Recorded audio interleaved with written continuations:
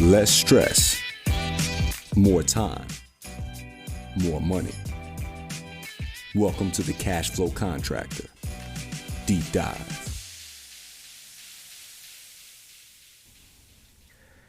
Martin, I've got a question for you. Okay. I'm not sure who founded Office Depot. In fact, I feel like they were acquired by Office Max or something. I don't know. Well, they went together. I don't know who acquired whom. Yeah. Do you think that when Office Depot was founded, that they were going to be producing their own water? Probably not. For those of you that can't see the Right. video, We're drinking Office Depot Office water. Depot bottled water. Can we bill them for that? Probably some We branded. can bill them. We can bill anybody. Today's episode I is doubt they'll sponsored pay by it. Office Depot. Yeah, I don't think they'll pay the bill. Yeah. But- Well, I say that because why do you think they started doing water? Well, somebody had a good idea. Impulse buy. You're selling Yeah. 10-cent water for $3 a bottle, and I'm one of those. That's Yeah. why we have it, because I was buying office supplies. And you saw the water. And I saw water, and I was out of water. So, and there you go. We're talking about pricing, you know. We're talking about marketing today. Well, we're talking about marketing, but pricing is being a part of that. Yeah, absolutely. And people always say, well, they'll never pay for that. I say, well, how much that bottle of water cost you? $1.99 at 7-Eleven? I have bought water standing in line at Walmart from the little cooler deal for $1 when I can see over the top the water rack where they sell like 40 in a pack for $2.99. So I'm not going to do the math real fast, but it's a lot less than $1. Oh, yeah. And I still, the convenience factor of getting out of line, walking over there and getting one. Carrying it. Well, and it was cold, I guess. Yeah. So you're paying for Refrigeration. cold. Yeah, it's very interesting, and brand matters a lot in those situations. You know, people will pay literally dollars more for a single bottle just because of the logo on it, when it's accomplishing the same need. Right. And also the convenience. Yeah. It's a good point. It's understanding what the customer wants. Well, I think with marketing, it is understanding what the customer wants. And Right. Office Depot probably had no intentions of becoming a company that put, and obviously they didn't water produce this, they just put their purveyor. logo on it. But they didn't have plans on putting water in their stores, I'm Hey. imagining, when they started. It's getting to be a long time ago now, I guess. But 20 years ago, Yeah? they used to selling bottled water. Yeah. And I remember telling my partner in my business, I said, are you kidding me? I said, I'm not paying for any damn bottled water. And You I spent, mean, within a year, we're buying cases of it and throwing it in the back of the truck. Yeah. I mean, it's ridiculous. It's crazy, isn't And it? no idea. You can get it right out of a water fountain. Yep. Pretty wild.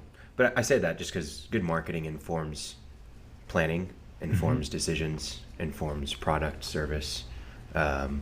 So the marketing strategist and researcher and developer at Office Depot said, hey, we need to have pallets of They water. probably did a $2 million study on it. Oh, I'm sure they did. Justified it. MBA took it to the board. They said, okay.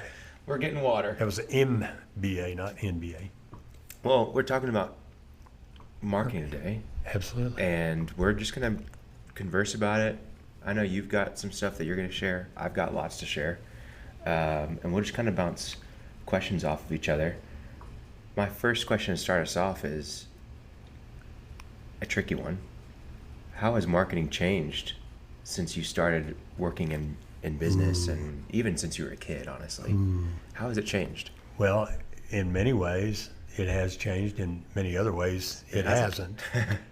When I tell people, such as yourself, Khalil, when I started working, we didn't have copiers.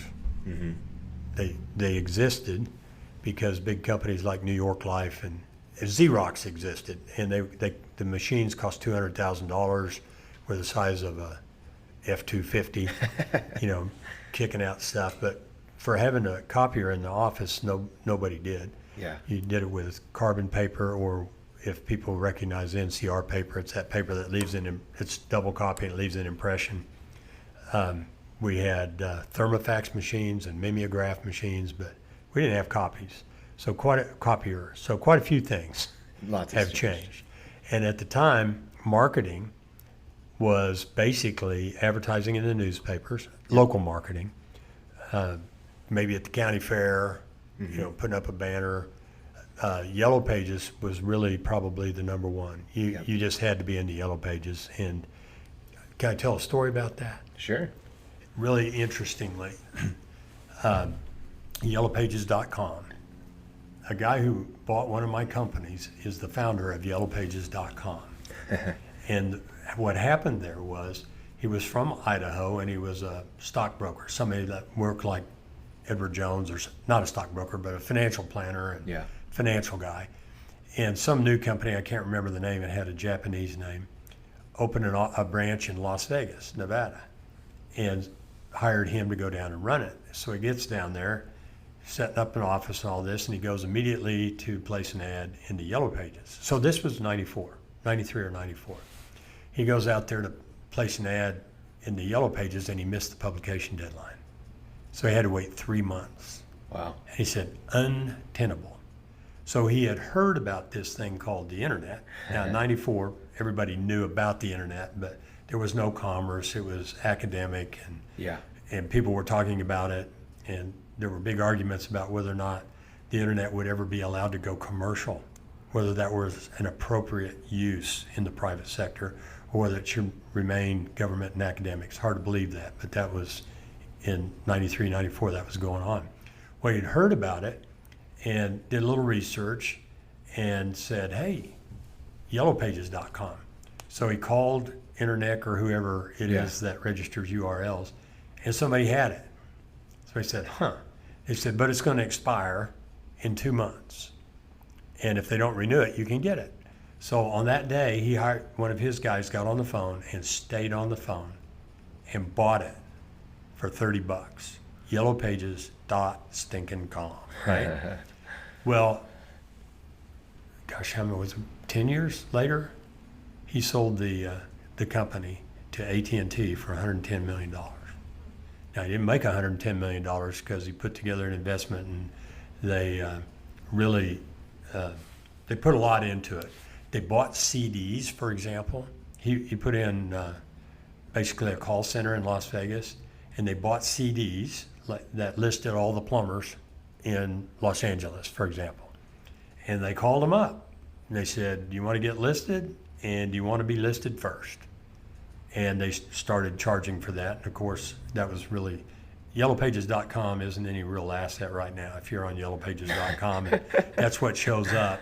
Yellow Pages may sue me, whatever, but it's just a fact. If you're Googling somebody and all you find is a yp.com site, it's kind of like, these guys aren't even in business. But anyway, he built that up and started kind of the concept of ranking first in searches. And well, that ranking system was around in the Yellow Pages. People would base their entire name on ranking first in Yellow Pages. Right. That's why you had AAA Plumbing and AAA Acme. Yeah. And Associates. And Associates. How many A's do I have to be first? Just so you can be alphabetical. Yeah, right. So if you ever see a name like that and you're curious why they're AAA, it's because they were around in the Yellow Pages era. Right. So pretty interesting. Well, so we're talking about that all as ancient history, but I had a client here a few years ago. When I first got in there, we're talking about their marketing and what they're doing. These guys are pretty good at what they do. But anyway, looking at their financials, and what's this? Well, that's Yellow Pages. $12,000 they paid for one. There's a name for it, but where your ad runs across 2 pages.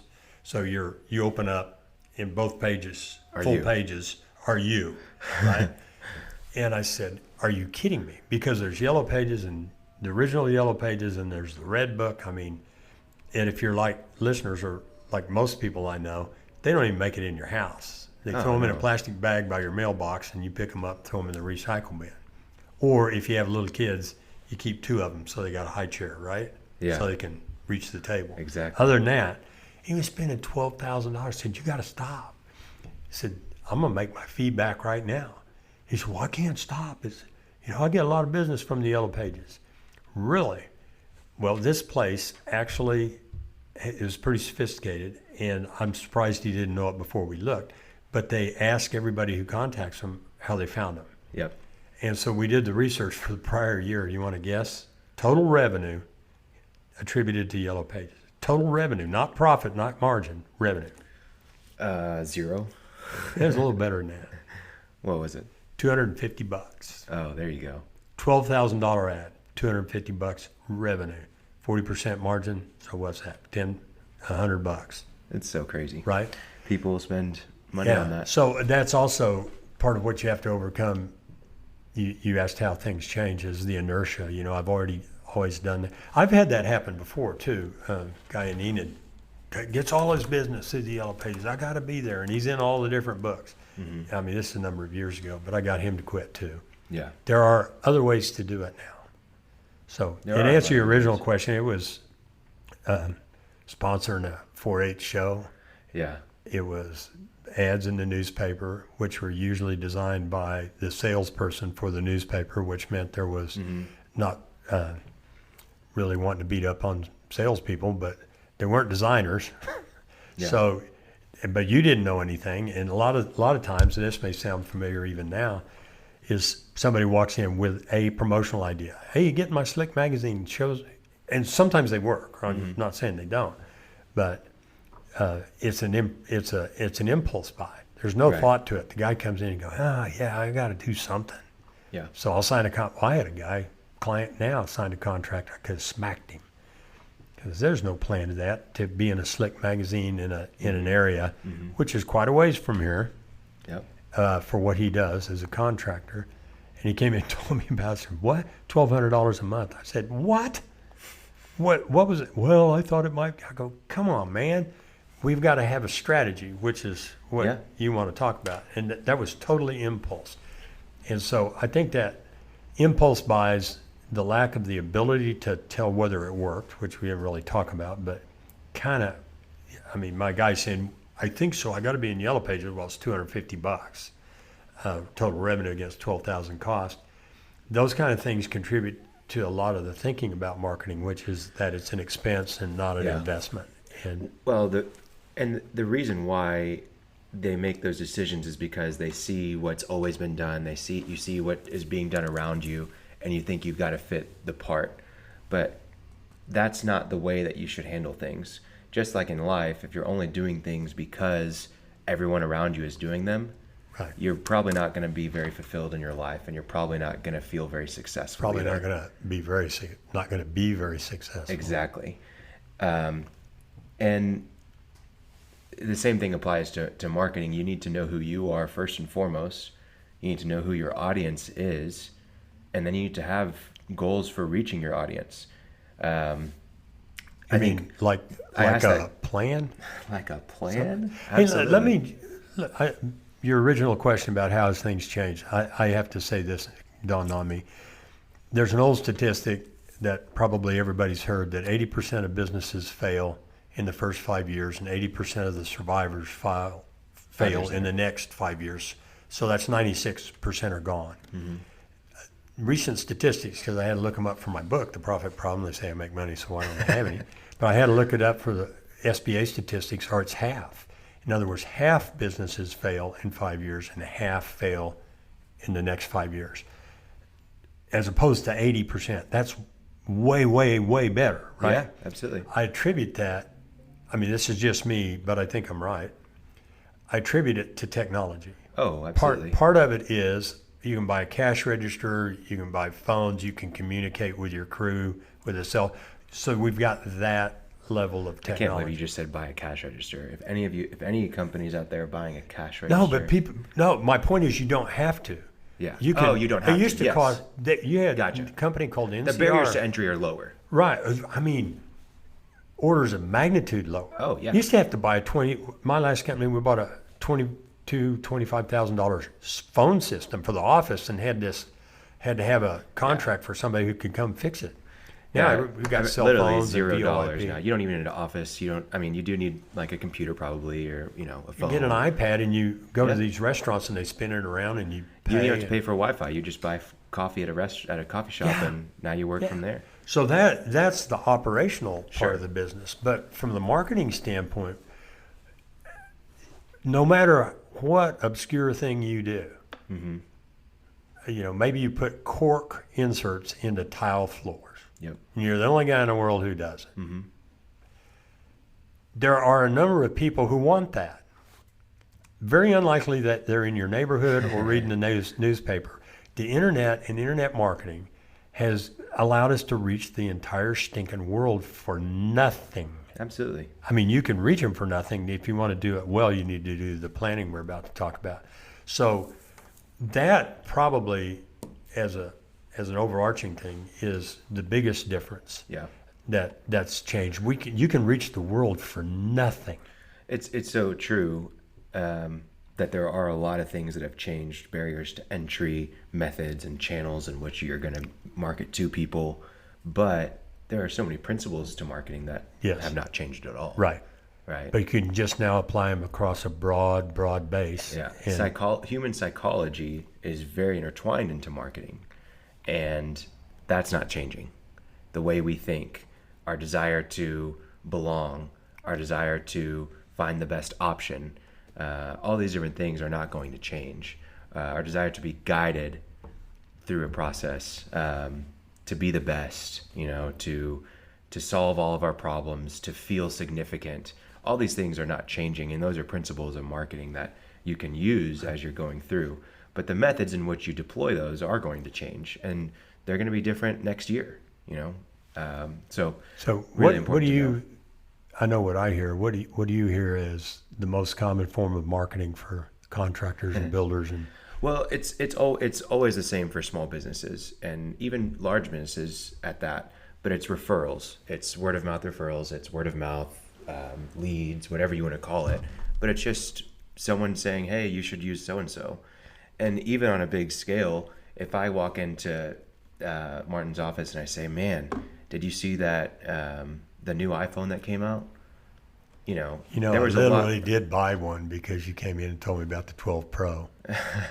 And there it is, and you're costing me I think I told you about it because you were having issues with your other one. I couldn't hear my phone very well. Yeah. So anyway, just go literally, get this phone. yeah. But and so even though word of mouth is always probably going to be the biggest for any company, including like Apple, it takes a lot to be able to get people to give the word of mouth referral. And so at the core of it, it's really just about providing a good product or service so that you can get more word of mouth referrals.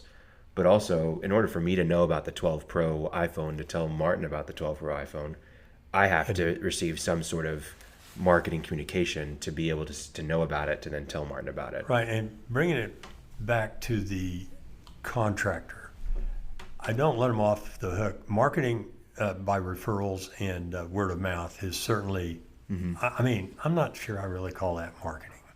That's kind of an event that happens to you.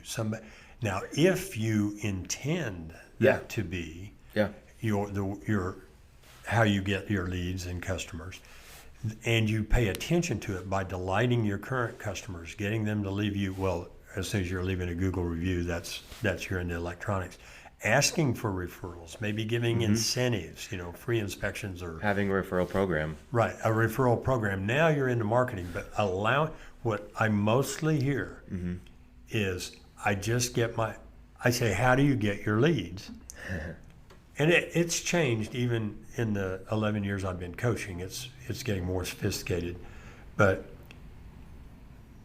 how do you get your leads? The thing I hear most, I see them kind of look up to the corner of the room, kind of down, and they say, well, it's word of mouth. Yeah.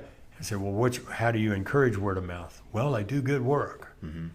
So it's abdicating marketing. So I don't really consider that to be marketing. Maybe you disagree, but I do. So I think of it as channels. Whenever I think of marketing strategy, I think of, okay, there's different channels. What I mean by channels, it's an avenue of receiving, of communicating with customers, basically. So word of mouth would be a channel. TV advertising would be a channel. Radio would be a channel. Facebook would be a channel. Instagram would be a channel. Trade shows would be a channel. Outbound sales would be a channel, right? You have all the email marketing. There's so many different channels out there. Outbound sales meaning calling people. Like calling people, cold calls would be a channel. You have so many channels, and the issue with a lot of contractors and many businesses in general, they treat marketing as one channel when it's not. Right. Right. The only point I'm making where maybe we don't, sitting around and waiting for leads is not marketing. No, it's not. Doing something to, Yeah. meaning word of mouth leads is not marketing. Doing something to encourage people to refer you is. Is And absolutely. that's absolutely. It's a valuable, hugely valuable. Well, and I'll tell you one thing channel. about if you know, doing something is better than nothing, but doing something specific is better than just doing something. And I'll give you an example. You know, I think people can understand this pretty well, but if we're thinking of our channels, TV and radio are two different channels. Let's say I'm going to make an advertisement and I want the advertisement to go out on both TV and radio. There's audio to the TV commercial, so we can use that audio on the radio. Well, yeah, sure, you can do that, but do you think it's going to be as effective as if you just made a radio commercial that was the audio was specific and tailored to radio? I don't really listen to the radio anymore, but there are people that do. And when they hear those radio commercials, they use a lot of words that encourage imagery. They have a lot of dialogue and conversations because that's what people want to listen to.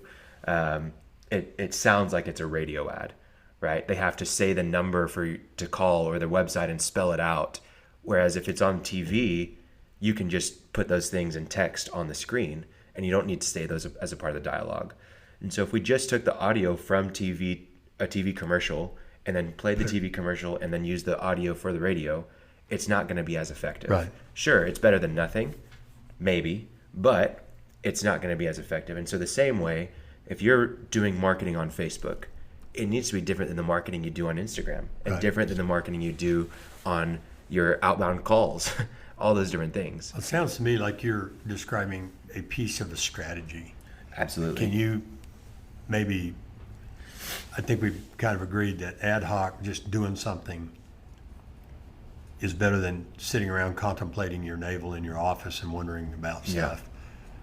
But how does somebody, if they decide they need more leads and decide they want to be serious and intentful, purposeful about it, deliberate about it, what the hell? How do you get started? Yeah, so, I mean, first and foremost, before you go into any strategy, you want to have an idea of what your common purpose and goal is as a company, right?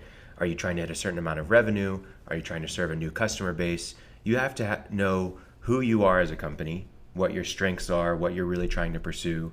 And then you also have to know your audience for what you're trying to do. Are you targeting homeowners? Are you targeting GCs?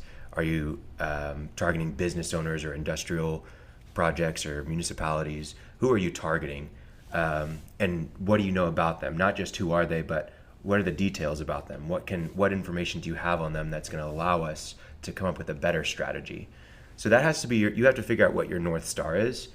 Otherwise, you're not going to be very specific and you're not going to be detailed in your strategy. But let's say that you have all that figured out, right? You've got a good identity, you've got a good idea of who you're targeting, and now you're trying to figure out how you can approach them. What we like to do at Benali for our clients is we like to focus on campaigns. You've probably heard campaigns when you're thinking about elections. You may have heard ad campaign referenced by your marketing guy or in a marketing video that you watched. But what is a campaign? And for me, a campaign is a targeted effort to address a problem or an opportunity for an audience holistically. So it's holistically, a big word. Is that with PH? PHO? PHO? Holistically. Okay, got it. You mean WH? WH, You said PH, which would be that would be acidic water or basic. Yes, holistically. Okay. What I mean by that is it's the bird's eye view, right? We're not getting into tactics. For me, a lot of tactics are a part of a strategy. So strategy is overarching of tactics. And tactics are more just tasks or action items that you can go and do, right? But if we're thinking about it holistically, we're looking at a campaign level. And so what we'll do is we will figure out a topic, right, around a client's target customer. Well, let me ask you because Go ahead. seriously, you said having a targeted audience. In other words, to whom are we trying to sell our project? Yep. Residential guys, GCs, are we commercial builders? Mm-hmm. Do we, who do we deal with? How do you, isn't that a precursor? I mean, do you see businesses doing that themselves? Sometimes subconsciously, not very in depth. Yeah, subconsciously. Right. They know that, like I'm a roofer and I work on residential, so I'm targeting homeowners, right? They know that, but they don't really think about. But they're not targeting homeowners because there are a bunch of homeowners that have no idea who they are. Well, no problem, but I mean that live in double wide trailers down by the river. You're not targeting them. They're not remodeling. Right. You've got the middle of the ground that paycheck to paycheck, and they want to keep their house nice. And then you've got people that are just, say, hey, take that brick off and put stone on. Yep. Well, you're 2-story, 7,000 square foot house. I don't care to do it. So it's even more. Yeah. Well, we got another fire truck. Well, yeah, they very loosely know who they're targeting. They don't put a lot of thought into knowing their audience. Meaning that's kind of the point I'm after is so whether it's you or somebody else, there has to be a form, in my mind, what I call formal, where you're really thinking and writing it down and discussing it and narrowing in, asking, but not all houses, because you don't want the double wides. Somebody generally. You want to do some specific targeting. By that, I mean you need to do some research and you need to do some a formal process. What we use is ICPs, ideal customer profiles. I believe that there's even a short episode on CFC about ICPs. If you're interested in that, we'll link to it in the show notes. But that's a process of where you're going to go through and you're going to say, okay, who are we targeting? If it's homeowners, what size is their house? What neighborhoods do they live in? What cities do they live in? Maybe you're working on larger areas, so what regions do they live in? And then you're going to ask them, okay, what are their primary goals with your product and your service? And what are their primary goals outside of that? Are they just worried about getting the kids to practice? Are they busy? Or are they always home? You're going to ask things like, where do they typically spend their money? What places do they shop, right? Where do they go grocery shopping? Where do they buy online? What channels are they on online? So are they on Facebook or Instagram or LinkedIn? Just how do they spend, when they go through a purchasing process, how do they want to do that? What are the best ways to communicate with them? Is it by text message, email, phone call, showing up in person? You're demonstrating my point for me here, and that is that you can do that yourself, Mr. Contractor or Miss Contractor, but it's generally, to me, the most important question in marketing, the foundational question is, to whom are you talking? Yep. Which is what you've just been saying. Yep. You need to know that. And a lot of times it's really worthwhile to get a competent professional to walk through that with you. Absolutely. Because if you do that wrong, bungee jumping in the AARP magazine, that's probably misplaced advertising, right? Yeah. So you got a bungee jumping deal off the cliff, and you're better served maybe to the adventure folks in Colorado than the AARP retirement community in Florida. Sure. Although I'm sure there's some 90-year-old bungee jumpers. But that is the foundational question, and you really need to get that right. You do, and you need to confirm it, right? Okay. It's not just knowing your audience, but it's knowing it and having proof. And so talking to your customers, the first thing that we do whenever we create ICPs for a client, where we've gone through and we've asked all the right questions to understand who our audience is we go and we confirm it. We call existing customers and some customers that, or some leads that didn't turn into customers. And we ask them questions to confirm all the information that we have down. Hey, actually, they don't want to be emailed. They just want phone calls and texts, right? Or no, they don't want a phone call. They just want to be emailed. Whatever it is, we try to confirm all of that. And sometimes it gets super subjective inside of your target audience, right? But if you start to realize that, man, some people want phone, some people want email, some people want text, you better have all the options available, right? Rather than just assuming, no, we can just work on the phone, right? So just different things like that. Well, that is my point, is that we'll get to it, but marketing is an investment if done properly. It's an expense if it's done improperly, but it's going to involve money, and done right is probably going to involve significant money. Worth it, but It's not just something you do flippantly. So you got to get it right. Yeah. And it starts with this kind of understanding, and that would be like me doing web development because I'm not going to do it. I don't even know what you're talking about. Well, and I do want to put a caveat to what you just said. It actually starts with a proof of concept. If you are just starting a company from scratch, do not go and unless you've done it before or you have a model that you're following and you know it's going to work, you need proof of concept. Don't go and hire somebody to start all this stuff for you, doing all your branding and marketing strategy, all this stuff, and you don't even have a customer yet. Right. Go get your first customer without any of that stuff. Go get proof of concept first. Know, oh wow, I've got 10 customers, this works, then go start it. Unless, you've started this company or you've worked in this industry for 20 years. Yeah, you're just going out on your own. Yeah, and you're just going out on your own.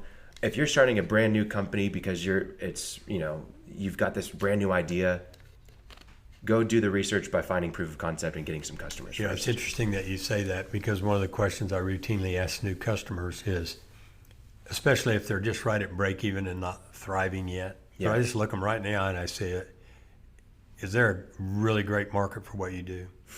And it's not what they say, it's how fast they say it. Yeah. They go, oh, hell yes. Or, yeah, there should be, or I think so, or, well, I don't know. I'm going to, big difference. Yeah, for sure. So, yeah, it does start with that foundation, and it does require a lot of expertise. You can do it on your own if you are willing to put in the hours of research on how to do it. I'm going to go back into what I always say. You can do your bookkeeping on your own too, but you're not likely to be very good at it. Yeah, it's true. And it's true. You can, all of the things. You can write your own insurance, but you're probably not good at it. Well, and so, not just a shameless plug for Benali, but finding a right entity and being serious and purposeful about it and doing this stuff up first. Your ICPs? Mm-hmm. What does that stand ICPs. Really, what we call it is it's the foundation of your brand, your company, and it starts with your identity, right? Or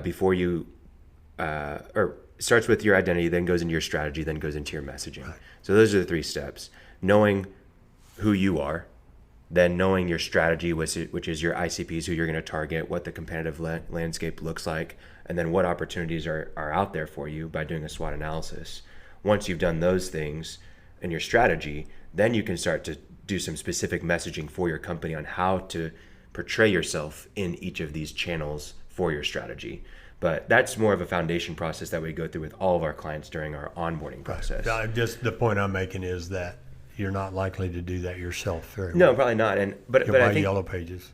Realistically, for the small companies that are out there, there is value in doing it yourself, just so you have an idea of what it's like and realizing, man, I need some help, right? Because that's usually what happens. They've tried it on their own. They realize, man, I need some help. Just like they maybe tried bookkeeping on their own, just like maybe they've tried other areas of their business by themselves, and then they eventually delegate it out to somebody else.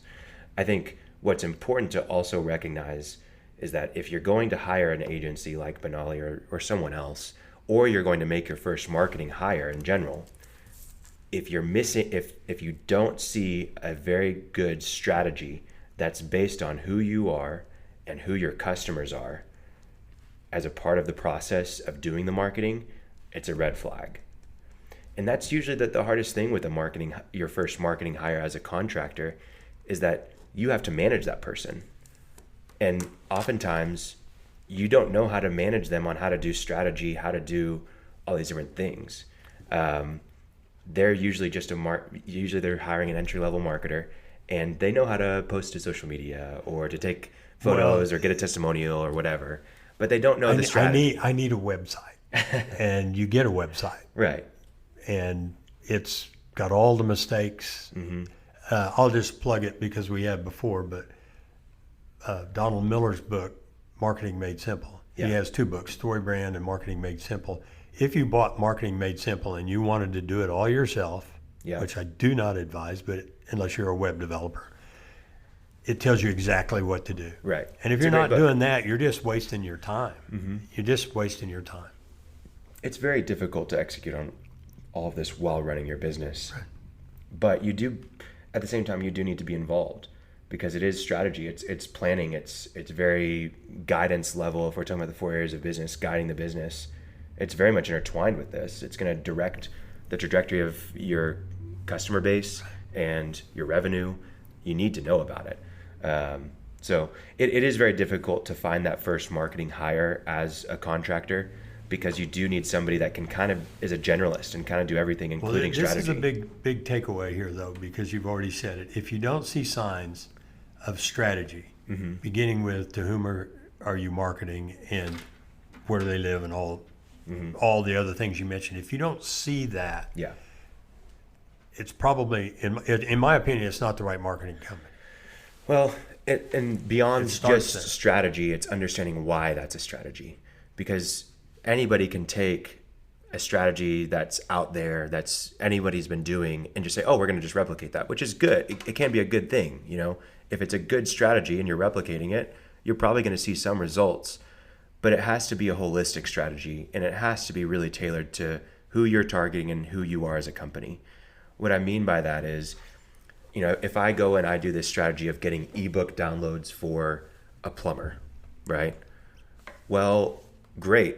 I've created this great ebook for commercial property managers about plumbing, and they are very intrigued in downloading this ebook and giving us their contact information as a lead. What's a plumber going to do with that? Does a plumber have time to call and talk about an ebook? I don't know. Maybe they've got a great sales team and a call center that wants to do those things. How is that plumber going to receive that information? What's the next step once we do that? Right. And those are the things that are more holistic in nature, and that's what should be a part of a campaign that ties into the systems of your company, how you operate, and how you want to close deals. We talked about this beforehand, but we asked what is good marketing, and it's not just about getting leads. I could get you a bunch of people's contact information really quickly by doing a variety of strategies, but are they good leads? I don't know. It's not about getting leads. It's about getting revenue. And to do that, yes, you do need leads, but they need to be qualified leads, and not just qualified in general, but qualified to your business. And in order to do that, I also, as a marketing company, it's why I don't call us just a marketing agency. I have to be able to tie into your processes and even help you with your sales processes. Because if we're going in and bringing you all these people, but we're not bringing you revenue, it's a waste of time. I mean, we've seen it happen before where with clients, we bring them really good qualified leads, but because they're so busy, because they don't have time to answer the phone, because they don't have to pick up the phone and call people, they're not closing revenue. And then they're not necessarily upset with us, but they don't think it works. And it's really a self-fulfilling prophecy of if you don't, it's not working because you're not working it, Right. So ultimately it has to be something that's effective for you, and for your systems, your processes, and you have to work on it holistically, not just from one angle. Well, looking at the first step is developing a strategy with all these things, from who are we after all the way does it fit your systems, and do you have the capacity to look at the internet and answer the forms that came in? So that's your strategy. Once you have a strategy, how do you actually begin to implement that strategy? Yeah, so I mean, there's many different methods that you can go through this, but I'm just going to kind of give one, and I've already mentioned what a campaign is. It's a targeted effort to address a problem or opportunity that your audience is having and addressing it holistically. And so I'm going to kind of talk about a little bit of the campaign structure and what that looks like. And I'll even give just an example that we've used for a client as well.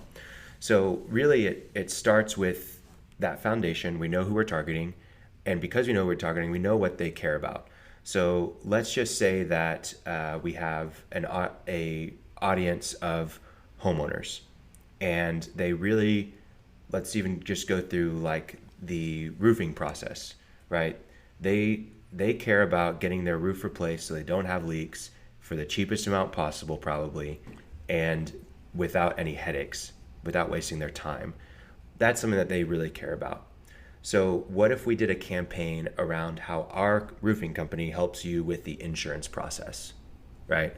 And we go through and we make a series of different tactics in this campaign that do just that. So digitally, what we'll do is we'll start with a long form of content, right? Okay. Content being. Content, and it can be in many different formats, but typically a longer format is either going to be long form videos, it's going to be long form articles. It can also be things like ebooks or whatever, but we'll create this long form content, and that content is really going to serve as our foundation, right?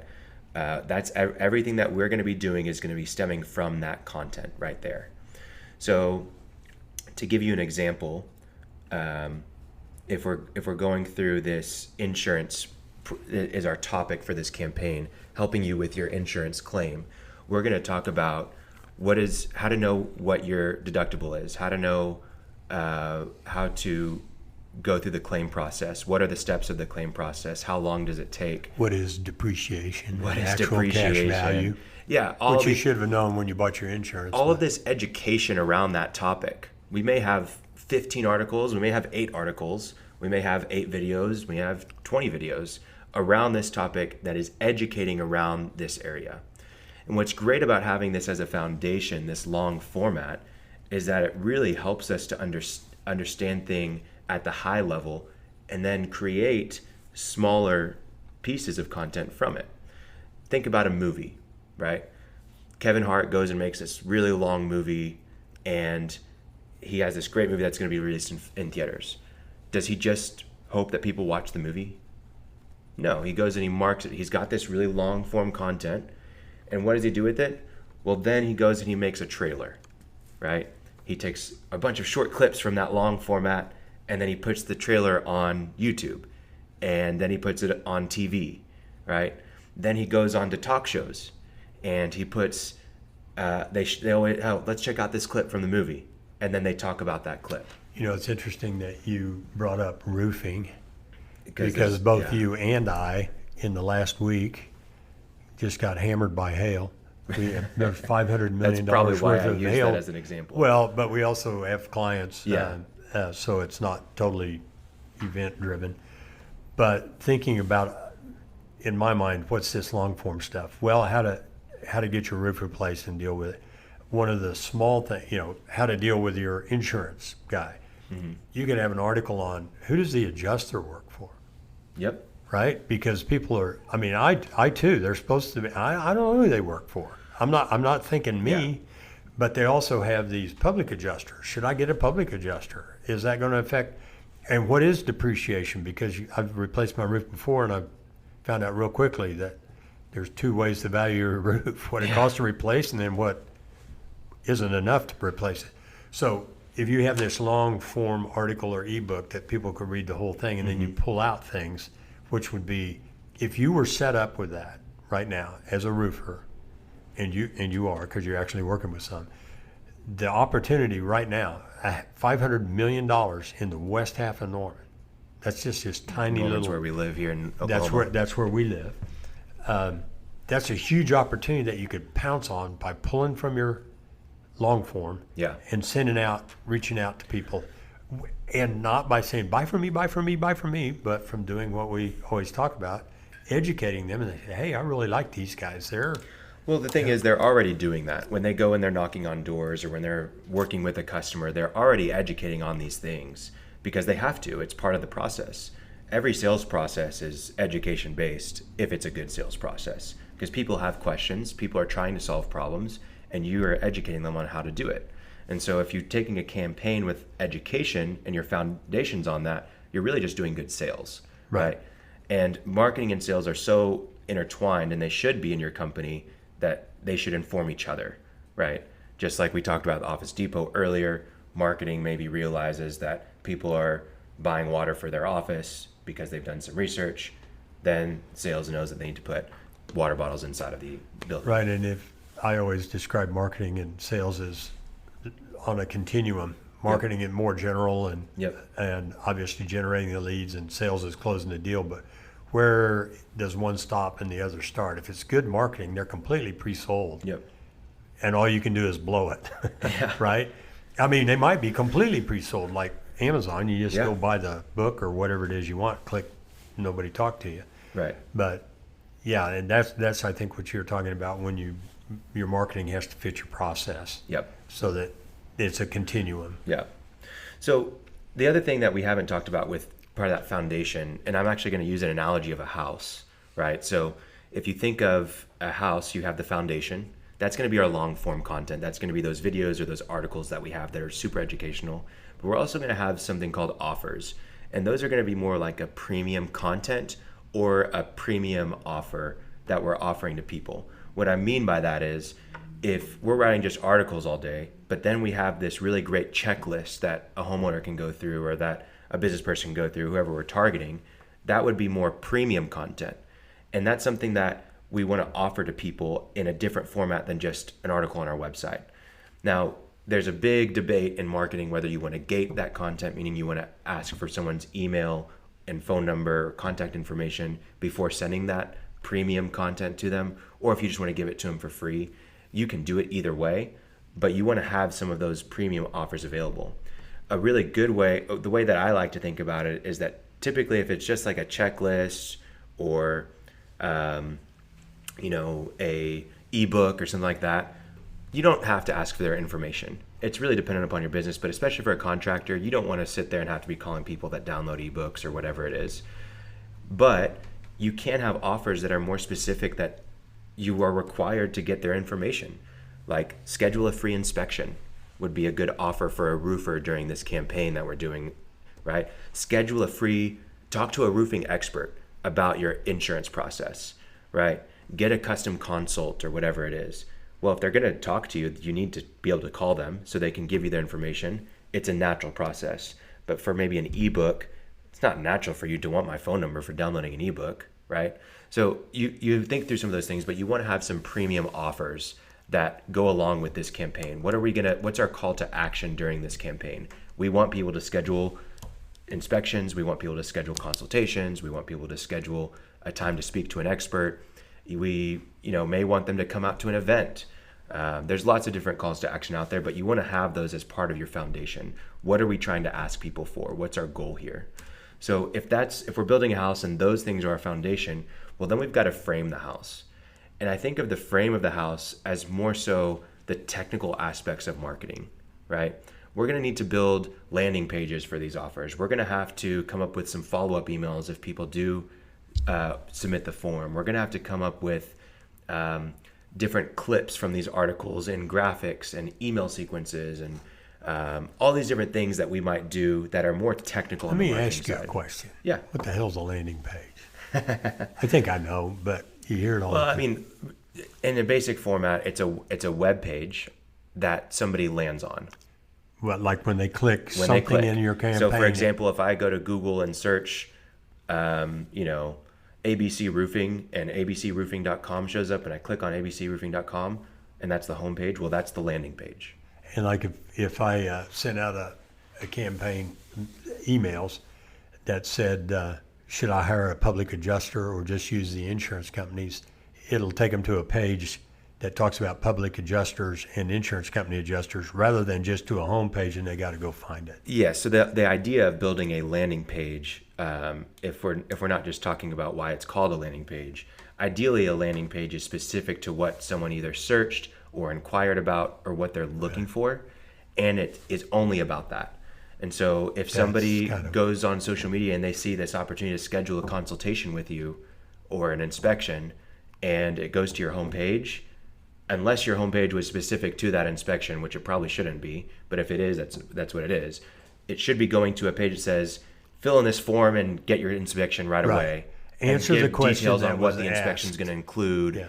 all those kinds of things. Not, hey, this is ABC Roofing. Welcome to our website. That's not what you want. You want it to be specific to what they clicked for. Answer the question they asked. Right. Yeah. So anyways, you have that as your frame, those more technical pieces, right? Creating those follow-up emails, maybe email sequences if you're going to do more of a drip series of emails to people after they maybe inquire about something. Maybe it's creating videos about articles. Maybe it's putting those articles into a slideshow so that they're more digestible and can be swipeable on Instagram or whatever it is. But it's the frame. It's more so building out some of those things that are more technical in nature on the marketing side. So you've got all these great educational pieces of content that are long format, that are answering questions, but not just in a sentence or two, right? You've got the frame built out so that people can access this stuff on your website, on your social media. It's through email. Everything's built out up to that point. But then you actually, if we're going back to the house analogy, you do have to build out the house. You have to do the electrical, the plumbing, the HVAC. You've got to put the drywall up. You've got to do the build out of the house after the frame's put up. And so with that campaign, you are basically taking all of those, the long format of the content, and you're putting it into really small pieces. So you're building some email templates for your sales team, so that now whenever they get this question, they have a template that they can just click on the template, and an email is drafted that answers their question, points them to the articles that answer the question in depth, points them to schedule a free inspection, all these different things. And we have a second fire truck segment today. Yeah, we do. It's going the other way. So you have all of these email templates that are really accessible for your sales team, and really a tool for them that's in their back pocket, that if they went knocking on a door because you're a roofer going side by through the neighborhood to neighborhood, now you have a conversation, they're a little bit apprehensive. Hey, I know you had a question on that. Let me send you this article. It's very specific. They just go on their phone, click template, put the person's email in, send it, and all that information's right there. So that's one of the ways that we build out the campaign. Another way that we build it out is through coming up with social media posts specific to each channel that we want to be in. Do we want to be on, because we're talking homeowners, we probably want to be on Facebook and Instagram, because that's typically where most consumers are. Well, if that's where we're going to be, how can we create a Instagram post out of this long form content? Well, what if we took the highlights, the main points of this article, and put them into nice graphics, and then sent that out as an Instagram post? That's building out just one of those articles. We can do that for the 15 that are in the campaign. And now we've got really good social media content that's specific to that channel, that's also addressing our audience in a part of our holistic strategy. Other things you can do are creating a pillar page, which is just a fancy term for a really good page on your website that has all of these resources in one area. We can do a lot of SEO around these things, sharing, getting people to link to these. SEO. Search engine. Probably everybody knows, but some don't. Search engine optimization, just helping you organically show up on Google without paying ads, and showing up at the somebody top searches for relevant roofer, searches, and you show up below the paid ads. But yeah, and I mean, if someone searches roofer, Google's going to be more likely to show Google My Business, and so that's where your reviews come into play. That's where you uploading photos to Google My Business is going to come into play. And ads are really going to show up for roofer, right? Where you're going to have to pay for that spot. And then it's also, if it's a short term like roofer, it's very difficult to show up as a listing first. You're probably going to get Home Advisor to be first because they're a national company that helps roofers. Pay for it. And they pay for it, but they also do a lot of work. They have a whole team dedicated to SEO for themselves. What you're most likely to show up on terms for locally and nationally potentially are how to file a claim on my roof. A term like that is something that you probably want to be ranking for. Maybe even a term like who to call after storm damage, who to call after a hailstorm, how to choose the right roofing contractor. Those are some things that you want to be showing up for, because that's high intent. Like, they're obviously looking for someone that is doing what you do. But it's also a lot easier than just showing up for roofer, because you can talk specifically about that topic and give really relevant information, and then show up to the top because you're addressing it the best. You also build out some, like a newsletter. You can do lots of different things by breaking up that long form content into more bite-sized, digestible pieces that people can see, but don't have to read a full article to get that information. And really what you're trying to do is make it more accessible, right? If we only have an article on our website, I mean, if we're being honest, most people aren't going and just looking at blogs for the fun of it, especially from a roofer, right? But we need to be able to point people to that and more important than pointing them to the article, pointing them to that type of information from our company. So how can we make that information available in other formats, in other channels for our audience? Well, the salespeople need to know it, and they need to be giving it out because they're talking to people every single day that are our audience, right? It needs to be on, it needs to be going out to, for a roofer, to our insurance agents that we work with that love working with us because we answer the phone and because we have a relationship there. We need to be sending them our stuff all the time so that they can then send it to their clients because that's our audience base as well. We need to figure out how to get it onto our social media channels. We need to figure out how to get it into, other publications. We need to find different ways of changing the format of that long form content that we did all this work on and changing it to where it's more seeable, digestible. It's kind of it's more than an outline because it's fleshed out, but it gives you all the ideas. It's like, well, I guess best metaphor was that you're doing trailers out of a movie. Yeah. Just giving people snippets. But this all, again, sounds like a lot of stuff. I mean, part of it sounds standardized. In other words, we are going to do a strategy. We're going to pick a target market. We're going to understand our purpose. We're going to do a campaign on roofing right now. And it sounds like we're also doing roofing damage as opposed to new commercial roofs, which would be a different campaign. And then, because you're in the business, you're sitting here freewheeling with a lot of ideas. I mean, and that, you can't get away from that with marketing. I mean, I am not a marketer and I'm not a graphics guy, but one thing, I get a lot of people pitching me. They're going to bring me leads as a coach and they're going to do all these things for me. Well, one thing, they don't differentiate themselves very well. So right there, they're just, it kind of puts me off. But if I hire a graphic designer, okay, I hired a graphic designer, but they just happen to not be very good, right? Yeah. And that's one of the hard things is, and I think you've been talking about, if you're not hearing these kinds of ideas from people that you're working with, question might be, are they really any good? You can be technically a perfect web developer. Yeah.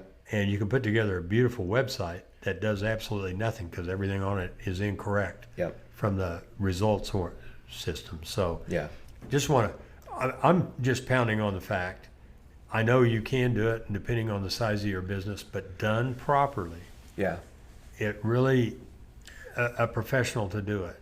Well, and a good professional to do it. Absolutely. And there's a couple of things that I'll add to that. One is, yes, a campaign strategy is really effective and it's really great, but there's some timely things that have to happen. If you're a roofing contractor and all you're talking about is the insurance process because you have a campaign on insurance, well, people aren't going to want to talk to you about some of the other things, or they're not going to want to talk to you about, well, what about this hailstorm that's coming, or because you're not going to have information on it. And so you have to be timely as well. And that's why with clients, for example, we're going to build out campaigns, but they need to be the ones that are actively managing and monitoring their Facebook account. Someone, not necessarily the business owner, but somebody in the business needs to be the one that says, or is taking a picture. So if it's a roofer, they're taking a picture of the hail and posting it because that's timely, right? It's relevant. It's contextual to what's going on when that hailstorm hits. But then the campaigns are working consistently, almost in an evergreen, constantly running fashion. That's what is really good for the long-term strategy. But in the short term, you do need somebody that's going to be there in the business. And that's my hesitancy for contractors that are hiring an agency. They think, oh, well, they're going to take care of everything. Well, ideally, if I were you got to be an active partner. You have to be an active partner, and you shouldn't expect them to know your business like you do. Right. They can help you with more of the strategy. They can help you with some of the long-term assets for marketing your company and setting up the logistics for it. But as far as the timely, contextual, relevant, you have to be an active partner, and you may even want to find a role inside your company. Like a salesperson's a great role for it, where, hey, I just need you to post twice a week, something that's relevant, contextual, and timely. Beautiful day to do roofs. Take a picture of the guys on the roof putting up the roof. That's great. If I'm driving around in my truck listening to this, and I'm already overwhelmed. I'm just going, oh my gosh, this is a lot of stuff. I'm going to go on Home Advisor and pay them whatever it is. Yep. But why should they do this? Literally, Yeah. why should they do it? I mean, I think that's maybe a little bit of a glib question, but throwing out some numbers, I know it's different, but what's it cost? How long, what's the likelihood of success? How long, I know they can't, these are not concrete yes or no answers, but Sure. it's what guys are, I know, they're driving around and going, oh man, how much? And how long is it going to take? Right. And the zone of despair that you called something other than that, like there's this period of time where you're spending money and you're building it out. You're not looking at being in the third year where all your competitors are looking at Right. you and saying, how do they do that? Yeah, no, I get this question all the time, and it's all about setting realistic expectations. I think a lot of companies in general, when they hire a marketing agency, they can have unrealistic expectations. Hey, like, it's been a month, what's going on? Right. You know, and the reality is I try to compare it, at the core of it, you're trying to build a relationship with your marketing agency that's working with you. And it's no different than hiring an employee, is how I like to think of it. Whenever a client hires us, I want to feel like I'm a part of their team, and I want our team to feel like we're a part of their team, that we collaborate, that we're partners, that we work together. If you were going to hire a full-time marketing person for your company, there's an onboarding process. There's a transition period of, okay, well, we've got to train this person on who we are, what our processes are, how we do things, who our customers are, how they can access data, all that stuff. That takes time, right?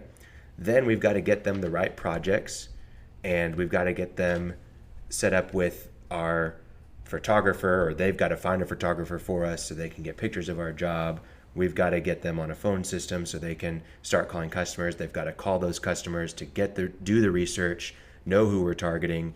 Then they've got to go and set up all the accounts for our ads to run, for our social media to be done well. Then they've got to find a designer to do better graphics for us and make our logo look better, and all these different things. All of that takes time. Then they've got to go and make the ads that are going to run for us, which requires messaging and design. And then they've got to see if those ads work and then reiterate on those ads.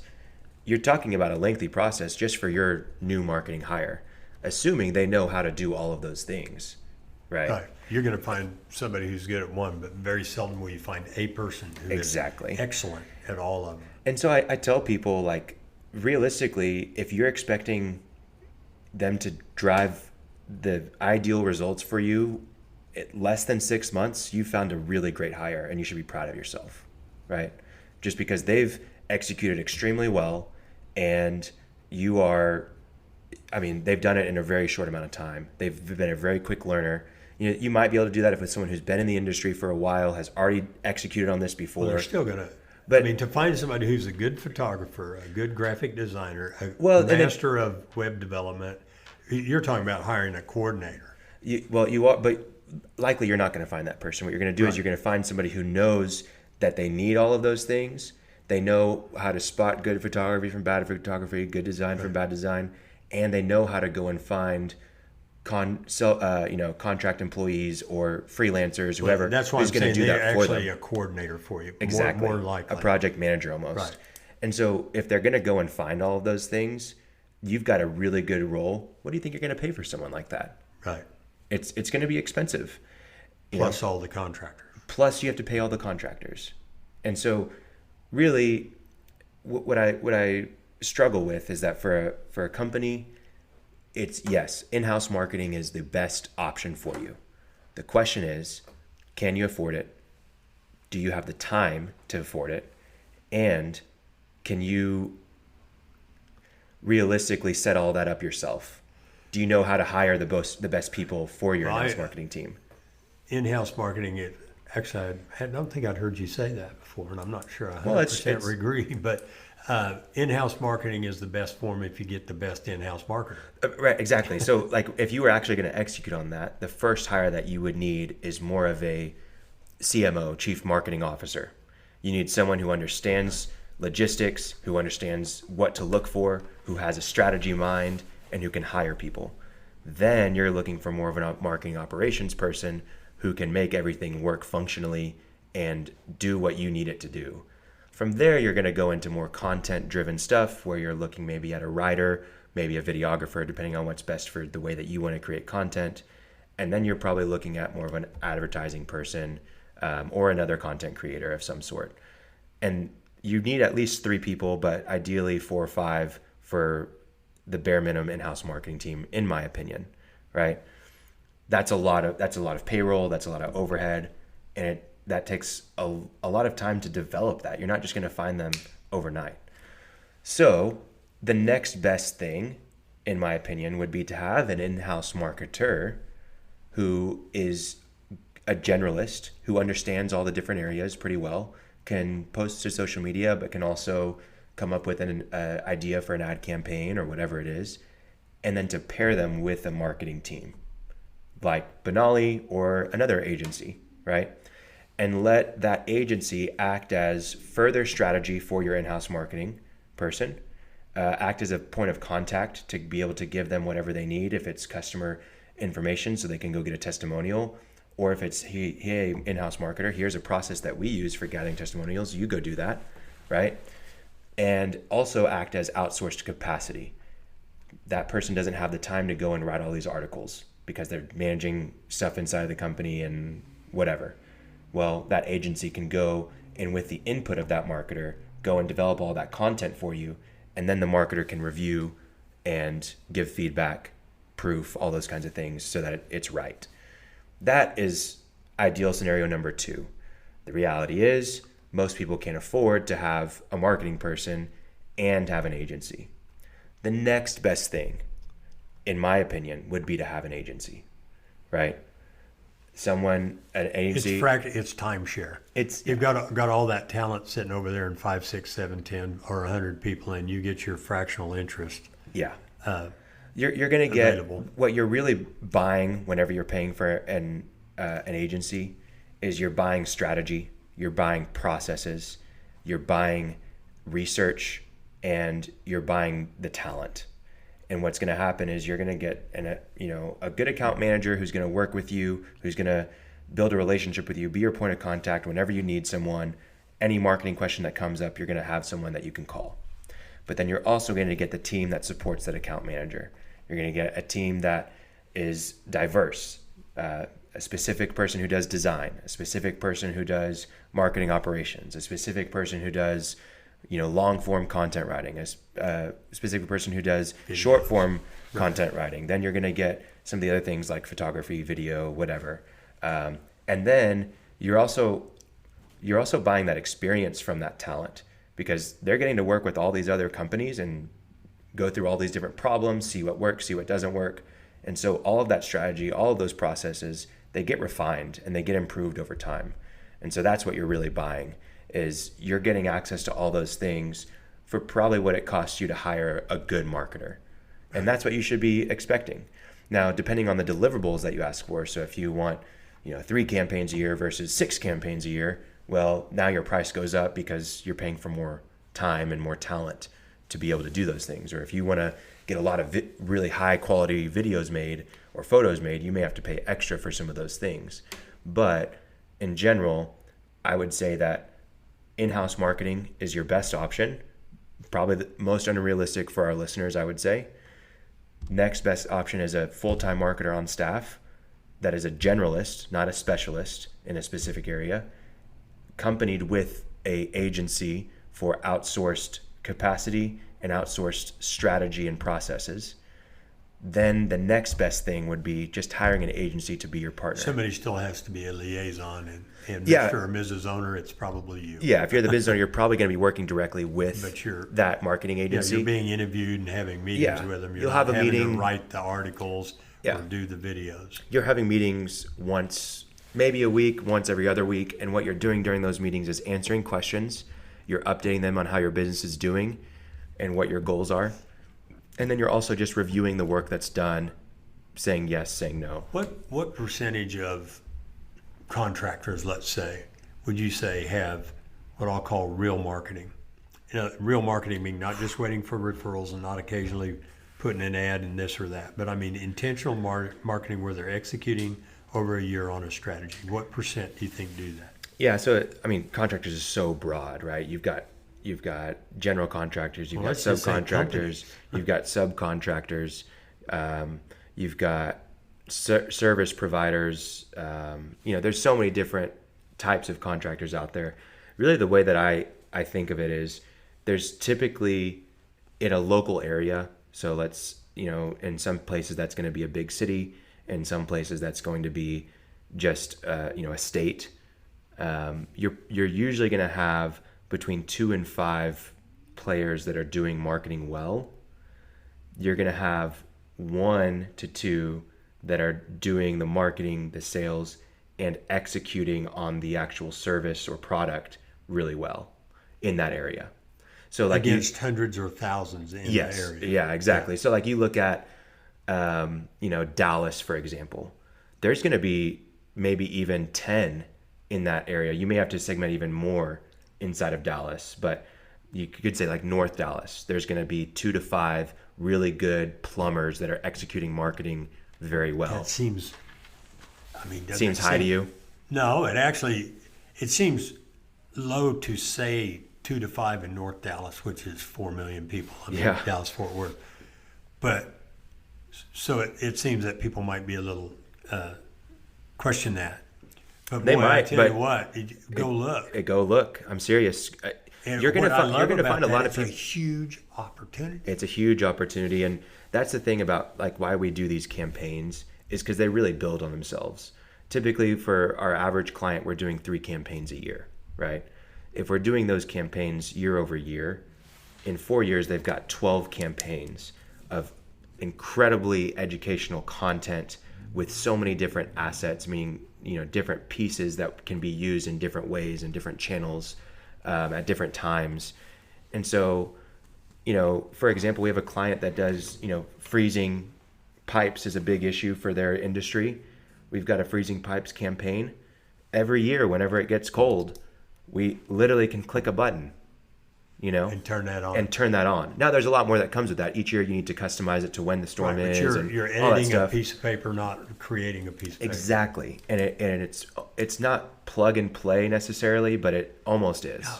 Well, I talked to you about that before we got on. I've written many articles. I don't know how many for marketing. Yeah. I put them out. I mean, I don't always think of it as marketing. I think I'm talking to this guy and I want him or her to know about this.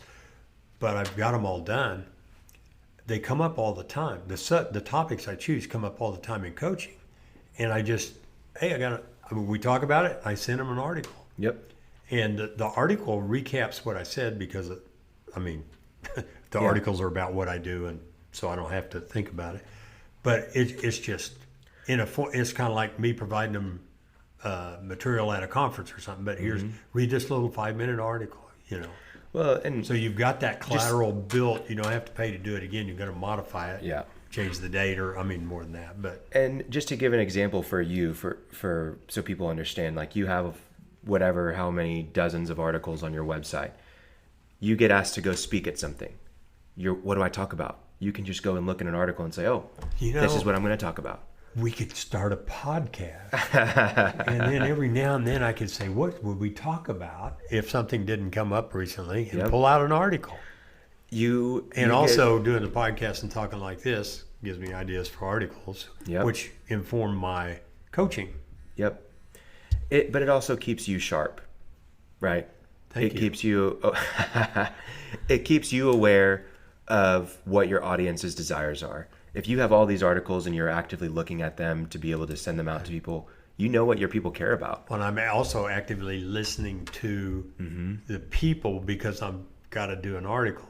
Because I on a pretty regular basis, and I go, I got to find something interesting to talk about. It makes me pay more attention. I read a lot, and when I read things, I circle them. I go, ooh. I can use that quote, start an article. So. Well, then you need to send out an email to people. What are you going to send in the email? Oh, you can send an article. Oh, you need to post to social media. What can I post? Oh, well, let me look at my articles. Let me ask you a question. I guess maybe ask our listeners a question. Is Well, I'll start with a story. This is my view of me and my coaching. I charge what I charge. And if somebody does not buy from me, does not hire me, there are only, in my opinion, two reasons, possible reasons. One, they don't like me, which is possible, hugely unlikely, but possible. Or two, which is really it most of the time, they don't see the value. Right. And it isn't because they don't have the money. It's they don't see the value. I've had people literally not take paycheck. I feel pretty bad about it, but then not take a paycheck and borrow money to pay me because they saw the value. And by the way, the one I'm thinking of is certainly paid off. So there you go. But if they believe 100% that I would provide them $50,000 net revenue in cash within 2 months, and I charge $25,000 for that 2 months, they would go get a loan on their house to come up with the cash to do it if they truly believe that. Yep. And so I'm asking that to our listeners is you've made a great case for it. People, I think, and being a little bit specific, but people understand, I think, that they need to generate sales. They like to have people coming to them. It's not all outbound phone calls. So having heard what you've heard today, I'm going to throw that same thing out. You either do it or you don't believe it. Yeah. And that's my question. Do you believe it? And I don't know what other questions, maybe I could think of some more that they might want to ask to firm that up. But do you believe? Because I tell people marketing works. Mm-hmm. Period. Throwing out an ad in the yellow pages or doing a mailer in one of those value packs those might work, but that's not what I would do. You tried that once and it didn't work. No, but marketing works. The principles of marketing work. You have to develop them. You have to, your first shot at a website's not going to be as good as the next one. Right. The content that you write's not going to be as well targeted or as well versed, but you're going to begin to learn. And over time, you just get better, better, and better, and you become one of those 2 to 5 in North Dallas who do it well. Yep. And 2 to 5 out of however many is not a crowded space. There's room for somebody else. There's room for you. So that's kind of my question to the listeners is, do you believe? And if you do believe, what are you doing about it? If you don't believe, what's it take to educate yourself? Because I'm telling you, it's a fact. Yeah. I'm not equivocating on this. It's a fact. Marketing works, but you have to get it right. Mm-hmm. But it's the way, it's how you really grow and prosper is through doing it right.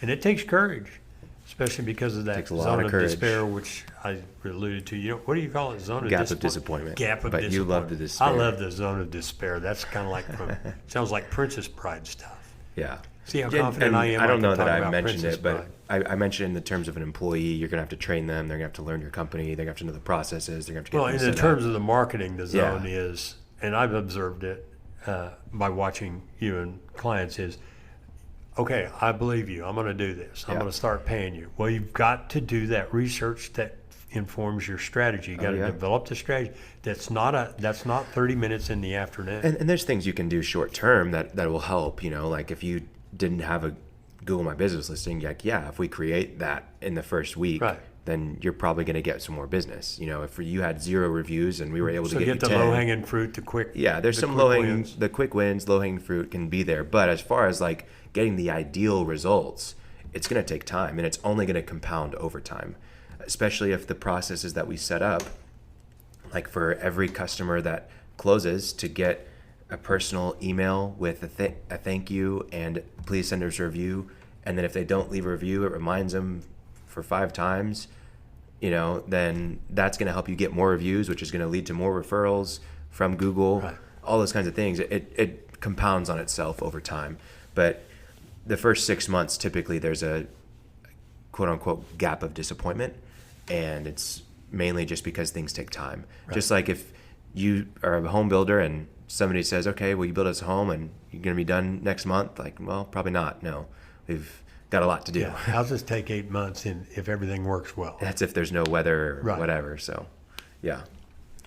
So anyways, good marketing brings you revenue. You need to make sure that you tie in to your sales as well. That's a huge aspect. And you need to work with a marketing company that understands that you've got to tie into your sales. Because the last thing you want is people ready to do work with you, but nobody closing it. So that's something that we also help with, is getting sales processes in place, using sales technology to make sure everything gets tracked and gets performed on time. And then creating that sales content from those campaigns, so that now salespeople have things that they can use as, educational tips that they pass along, whether that's in person, through email, through texting people, whatever it is. So, yeah. Okay, so what we're telling people is, asking people is, do you believe? Yeah. And if you are, what do you do? How are you acting? Yeah, absolutely. And we provide free growth assessments for people that are interested in this. Just if you want a free growth assessment and you're not serious about hiring a marketer right now, it's probably not for you. But if you are considering, man, we need to do something with our marketing, we've got a budget for it, we could hire somebody, or we could hire an agency, and you would like to get a free growth assessment, talk to us, we'll put something in the show notes, and we'll give you something that will be actionable for a marketing hire if you don't hire us through that free growth assessment. So it's not going to be 100% of what we would do, but it would be some building blocks for what we would do and a strategy that they could go and execute. And they'd get the idea of the concept. Yeah, absolutely. So. Absolutely. So, yeah. Well, sir, there's a lot more we could talk about on marketing. Yeah. Definitely the overarching today, very high level, and just kind of how-to on getting started with your marketing. My main takeaway for people, if they choose to pursue an agency, and it's not Khalil, wherever you are, is that you need to see evidence of a plan. Yeah. And that plan will always begin with what's your target market, how are you going to reach them, what do they care about, and then start hearing some of the strategies that they might implement over time. Building a website. Have you got some pictures? And can you give me something to say on the banner on my web? That's the guy writing you a website. That is not marketing. Marketing has to have a strategy. Absolutely. And that's what works over the long term. Absolutely. Yeah. For sure. Well, thanks, Martin. Okay. Great chatting with you. Yeah, you too. See you. Congratulations on your soccer game. You won your first fun times. playoff. Yeah, that was a lot of fun. Good. So, all right. Talk okay. to you soon. See ya. Thanks for listening to The Cashflow Contractor. Check out our website in the show notes or visit thecashflowcontractor.com.